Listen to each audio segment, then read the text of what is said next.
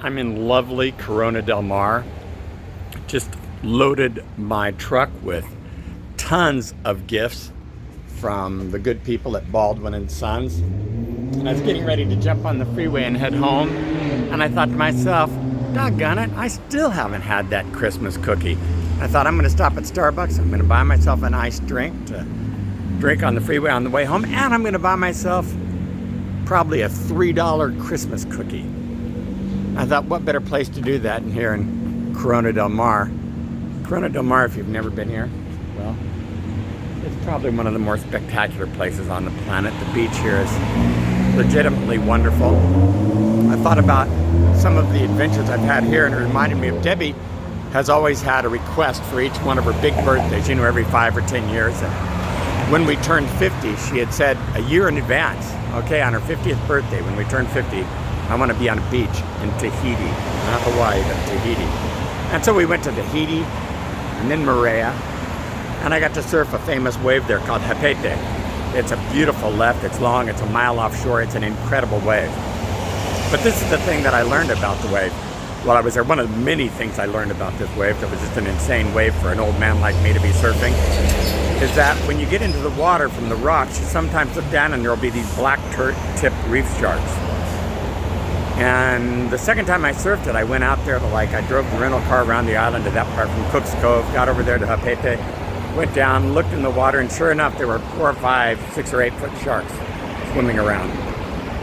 I stood there for the longest time thinking, well, am I supposed to actually jump in the water with these sharks right here? Hi, guys. So am I supposed to jump in the water with the sharks right here swimming by? And it made me nervous. There's a basic rule amongst surfers. It's this, that if there's a shark in the water, get as close as you can to the other guy, because that immediately cuts the odds in half that you'll be bit. Shark might bite the other guy. So I waited. I waited for another guy. This Aussie showed up. And he had been surfing across to Tahiti at Chopu and came over for the day because it was such a good day of waves. And we surfed together. He looked down at the sharks. He said, well, I guess this cuts the odds in half. How were you waiting for me? I said, I was. And we paddled the mile out together and we surfed that day. And I thought about how many times, if we just take the time to be with someone else, it immediately cuts the odds of the dangers of our life in half. If we just take the time just to wait, even in the darkness, even when we see the danger for someone else, it immediately makes life so much easier. Are you trying to go it alone into the holidays?